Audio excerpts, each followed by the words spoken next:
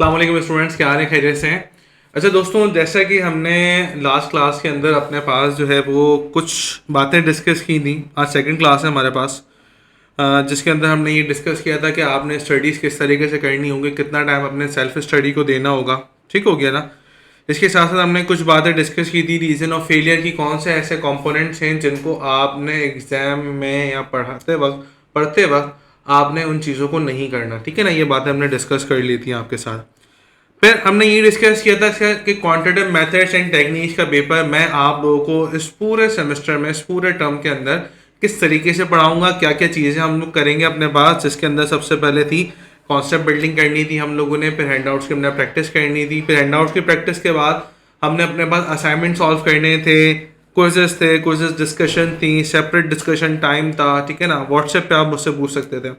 Revision sessions हमने conduct करने थे, और फिर एक बात आती थी फुल एंड फाइनल असाइनमेंट की, जो कि एग्जाम्स के लिए आपके लिए बेहद इंपॉर्टेंट था। ठीक है ना? फिर मॉक डिस्कशन, और फिर वाइंड अप चीज़ें। ठीक है ना?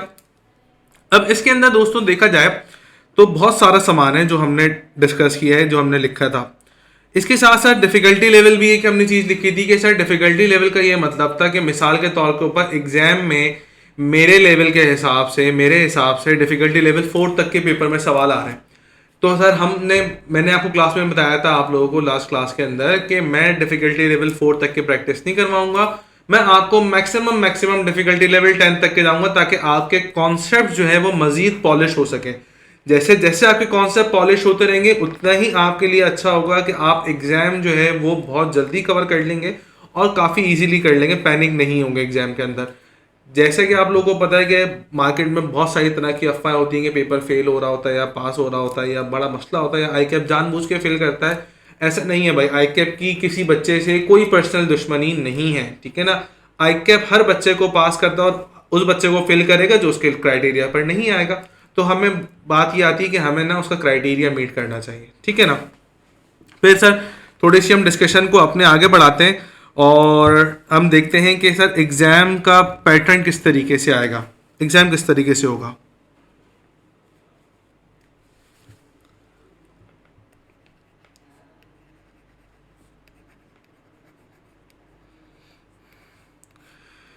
देखिए बच्चों, अगर हम एग्ज़ाम पैटर्न की बात करते हैं तो एग्ज़ाम के अंदर आपके पास टोटल 100 मार्क का पेपर है।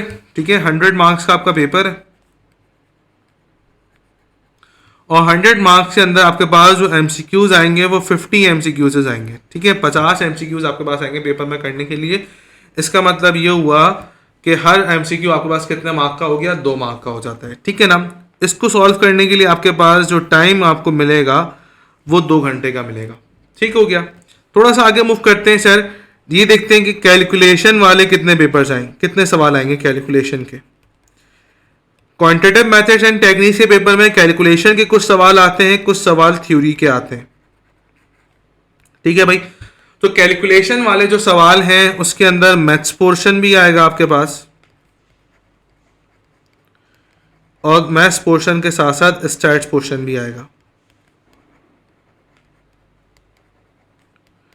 मैथ्स पोर्शन के 40% आएगा, मतलब अराउंड कोई 20 एमसीक्यूज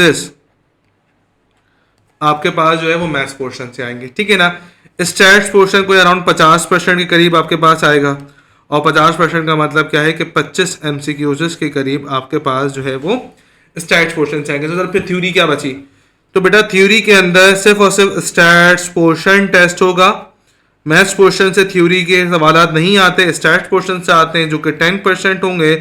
इसका मतलब कोई 5 के करीब एमसीक्यूज आपके पास जो है वो स्टैट्स पोर्शन के थ्योरी के आएंगे। ठीक है? अच्छा, ये जो मैंने आपके सामने ग्रिड लिखी है कि भाई 20 एमसीक्यूज जो है वो मैथ्स पोर्शन के, 25 एमसीक्यूज स्टैट्स के कैलकुलेशन के, और 5 एमसीक्यूज आपके पास जो है वो कैलकुलेशन के ही, ये परसेंटेजेस, ये क्राइटेरिया डिफर कर सकता है। ठीक है ना? जरूरी नहीं है कि 25 एमसीक्यूज स्टैट्स के कैलकुलेशन के बोले तो 25 ही आएंगे। नहीं भाई, ये शफल होकर आपके पास दूसरे तरीकों से भी आ सकते हैं। ठीक है ना? मतलब क्वांटिटीज आगे पीछे हो सकती हैं। सिर्फ एक इंसाइट है कि जर्नल इंसाइट इस तरीके से हो सकता है। ठीक है भाई?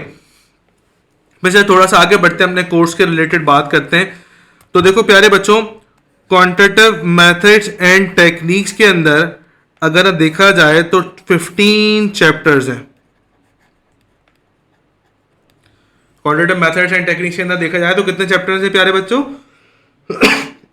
सॉरी, 15 चैप्टर्स हैं। अब 15 चैप्टर्स को आईकेप ने दो मेजर ग्रेड्स में डिवाइड किया हुआ है। 15 चैप्टर्स को आईकेप ने दो मेजर ग्रेड्स में डिवाइड किया हुआ है, दैट इज मैथ्स पोर्शन। एक आईकेप ने मैथ्स पोर्शन रखा हुआ है जिसके अंदर बेटा आपके पास 6 चैप्टर्स आएंगे। कितने चैप्टर्स आएंगे? 6 चैप्टर्स आएंगे।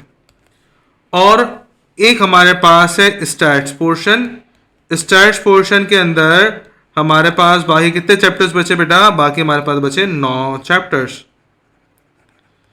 इसका मतलब 15 चैप्टर्स के अंदर से 6 चैप्टर्स मैथ्स पोर्शन के हैं और 9 चैप्टर मेरे पास किसके हैं? स्टैट्स पोर्शन के। इसका मतलब ये हुआ कि कोई अराउंड 40% हमारे पास मैथ्स पोर्शन है और 60% हमारे पास क्या है बेटा? स्टैट्स पोर्शन का है। फिर से बात ये आती है कि मैथ्स पोर्शन के अंदर जो 6 चैप्टर्स हैं आईकेप ने इनको 2 ग्रेड्स में डिवाइड किया हुआ है, ठीक है ना। इनको फर्दर आईकेप ने डिवाइड किया है। सो मैथ्स पोर्शन के जो 2 चैप्टर्स हैं 2 ग्रेड में डिवाइड किया हुआ है इन्होंने इन 4 चैप्टर्स को।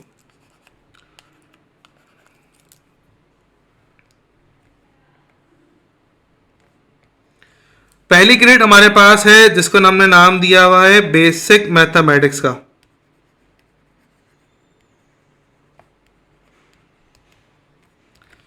और सेकंड जो ग्रेड है हमारे पास वो है फाइनेंशियल मैथमेटिक्स का।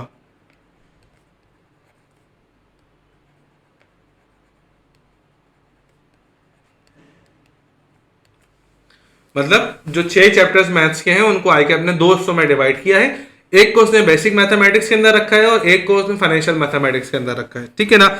बेसिक मैथमेटिक्स की अगर हम वेटेज वगैरह की बात करें तो थोड़ी सी देर में बात करते हैं। स्टैट्स पोर्शन में आते हैं। अब स्टैट्स पोर्शन के कुल टोटल कितने चैप्टर्स हैं बेटा? 9 चैप्टर्स हैं जिनको आईकेप ने 3 ग्रेड्स के अंदर डिवाइड किया है। पहली ग्रेड, दूसरी ग्रेड एंड तीसरी ग्रेड। पहली ग्रेड जिसको उसने नाम दिया है अपने पास डेटा एनालिसिस। डेटा एनालिसिस की पहली ग्रेड है। सेकंड ग्रेड हमारे पास है प्रोबेबिलिटी एंड डिस्ट्रीब्यूशन की।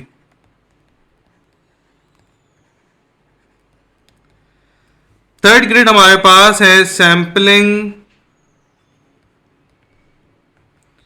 And decision making. इसका मतलब कुल टोटल आपके जो 15 चैप्टर्स हैं वो फर्दर 5 चीजों के अंदर आईकेप ने उसको क्या कर दिया? डिवाइड कर दिया। अब से इनकी वेटेज देखते हैं। तो याद रखिएगा बेटा बेसिक मैथमेटिक्स के अंदर जो है हमारे पास 4 चैप्टर्स आते हैं और बेसिक मैथमेटिक्स की जो एग्जाम के हिसाब से वेटेज है वो है 10 to 20 मार्क्स की। 10 से 20 मार्क्स की वेटेज है आपके पास।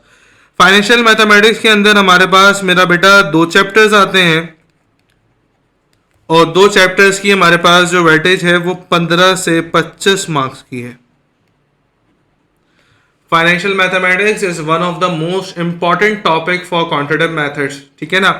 सबसे इंपॉर्टेंट टॉपिक अगर मैं बोल सकता हूं कि तो फाइनेंशियल मैथमेटिक्स है हमारे पास, जिसके अंदर हम डिफिकल्टी लेवल 10 तक के भी सवाल सॉल्व करेंगे। ऑल्दो उस लेवल के सवाल पेपर में नहीं आते क्योंकि बाद औक़ात जो है ना वो चीज़ें वायरल हो जाती हैं, तो पेपर में उस तरह के सवाल नहीं आते, लेकिन हम अपनी प्रैक्टिस के लिए, अपने कॉन्सेप्ट बिल्डिंग के लिए उस चीज़ों को सॉल्व करेंगे। ठीक हो गया बेटा। डेटा एनालिसिस के अंदर हमारे पास मेरा प्यारा बेटा 4 चैप्टर्स आते हैं और इन 4 चैप्टर्स की जो वेटेज है वो 20 से 30 मार्क्स की है। प्रोबेबिलिटी एंड डिस्ट्रीब्यूशन के अंदर अगेन मेरे पास 2 चैप्टर्स आते हैं और इन 2 चैप्टर्स की जो वेटेज आईकेप ने हमें दी हुई है दैट इज 15 to 20 मार्क्स। फिर क्या बचा बेटा? सैम्पलिंग एंड डिसीजन मेकिंग बचा। सैम्पलिंग एंड डिसीजन मेकिंग के अंदर कुल टोटल पे कितने चैप्टर्स बचे? सिर्फ 3 चैप्टर्स बचे अपने पास और इन 3 चैप्टर्स की जो वेटेज है एग्जाम्स के हिसाब से वो है 20 से 25 मार्क्स की। ठीक है, तो इस तरीके से हमारी ये कुछ जो चैप्टर्स हैं वो इस तरीके से आईकेप ने इसको क्या किया हुआ है? डिवाइड किया हुआ है। तो आओ सर इन चैप्टर्स के फिर नाम वगैरह भी हम लोग देख लेते हैं कि सर इनके नाम हमारी बुक में क्या लिखे हुए हैं। सबसे पहले बेसिक मैथमेटिक्स के अंदर देखते हैं। तो अगर हम बेसिक मैथमेटिक्स की ग्रेड देखते हैं बेटा, तो बेसिक मैथमेटिक्स की ग्रेड के अंदर 4 चैप्टर्स मैंने आपको लिखवाए हैं, जिसके अंदर चैप्टर नंबर 1 आ रहा है, चैप्टर नंबर 2 आ रहा है, एन प्यारा बेटा chapter number 3 and chapter number 4। ठीक हो गया। तो ये चार चैप्टर्स हमारे पास इसके अंदर आ रहे हैं। अब 4 चैप्टर्स के अंदर जो पहला चैप्टर है उसका नाम है mathematical equation and coordinate system. ठीक है ना, mathematical equation and coordinate system. Second हमारे पास है क्वाड्रेटिक इक्वेशन। थर्ड हमारे पास है मैथमेटिकल प्रोग्रेशन एंड फोर्थ हमारे पास है लीनियर प्रोग्रामिंग।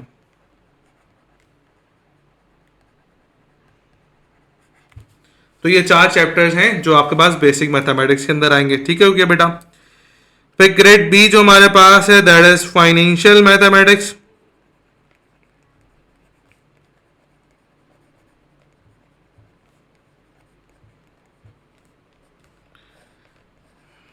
फाइनेंशियल मैथमेटिक्स के अंदर सिर्फ 2 चैप्टर्स हैं, chapter number 5 and chapter number 6। Chapter number 5 को है नाम कंपाउंडिंग एंड चैप्टर नंबर 6 का नाम है डिस्काउंटिंग। अब एक बच्चा उठेगा, सर कहेगा कि सर चैप्टर नंबर 5 का नाम तो स्टडी टेक्स्ट में कुछ और लिखा हुआ है, चैप्टर नंबर 6 का नाम भी कुछ और लिखा हुआ है, आप तो ने कुछ और नाम लिखवाए, आपने गलत लिखवाए। नहीं, ऐसा नहीं है भाई, ये नाम भी सही है। ये नाम पुरानी स्टडी टेक्स्ट के हैं। ठीक है ना, जब AFC होता था तो ICAP ने इन दोनों नाम, चैप्टर नंबर 5 को कंपाउंडिंग कहा हुआ था, चैप्टर नंबर 6 को डिस्काउंटिंग कहा हुआ था। नई बुक के अंदर चैप्टर नंबर 5 को फाइनेंशियल मैथमेटिक्स का नाम दे दिया गया है और चैप्टर नंबर 6 को जो है वो डिस्काउंटेड कैश फ्लोज का नाम दे दिया गया है। दोनों को मर्ज करेंगे तो बनेगा फाइनेंशियल मैथमेटिक्स ही। ठीक है ना। सो चूंकि इनके पुराने नाम मुझे ज्यादा अच्छे लगते हैं तो मैं वो उन्हीं को यूज करता हूँ। आप चाहें तो आप नए नाम यूज कर सकते हैं। ठीक है ना, उसमें कोई मसला नहीं है। फिर प्यारे बच्चों ग्रेड सी हमारे पास आती है। ग्रेड सी देख लेते हैं। ग्रेड सी डेटा एनालिसिस की थी और मैंने आपसे कहा था कि डेटा एनालिसिस के अंदर 4 चैप्टर्स आते हैं। अच्छा, डेटा एनालिसिस जो है वो बेसिक स्टैट्स के अंदर भी हम उसको बोल सकते हैं, कुछ चैप्टर्स उसमें बेसिक स्टैट्स के हैं। सो ये हो जाएगा chapter number 7, chapter number 8, chapter number 9 and मेरा बेटा चैप्टर नंबर 10। चैप्टर नंबर 7 का नाम है अपने पास data collection and representation, data collection and representation. Chapter number 8 का हमारे पास है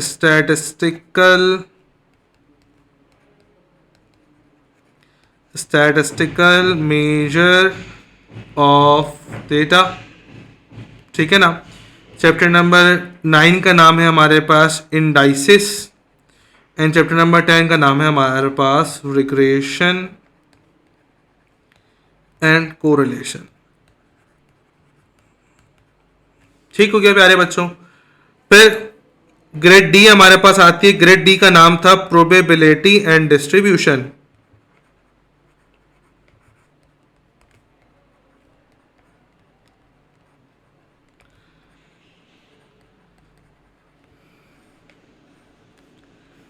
अब बेटा प्रोबेबिलिटी एंड डिस्ट्रीब्यूशन के अंदर मैंने कहा था कि 2 चैप्टर्स आएंगे, that is chapter number 11 and chapter number 12। Chapter number 11 का नाम मेरे पास है प्रोबेबिलिटी कॉन्सेप्ट्स।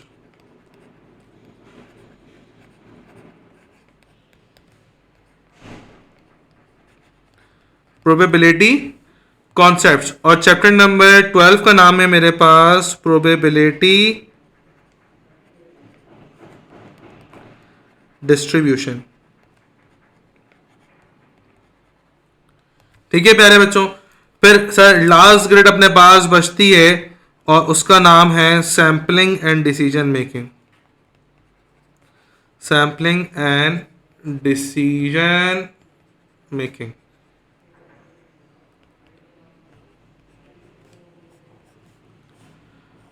अब बेटा सैम्पलिंग एंड डिसीजन मेकिंग के अंदर हमारे पास 3 चैप्टर्स बचते हैं, chapter number 13, chapter number 14 and chapter number 15। Chapter number 13 का नाम है हमारे पास sampling and distribution.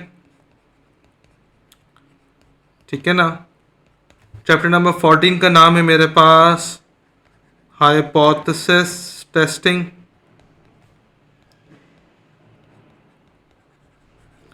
Chapter number 15 का नाम है मेरे पास काय स्क्वायर टेस्टिंग। ठीक है ना।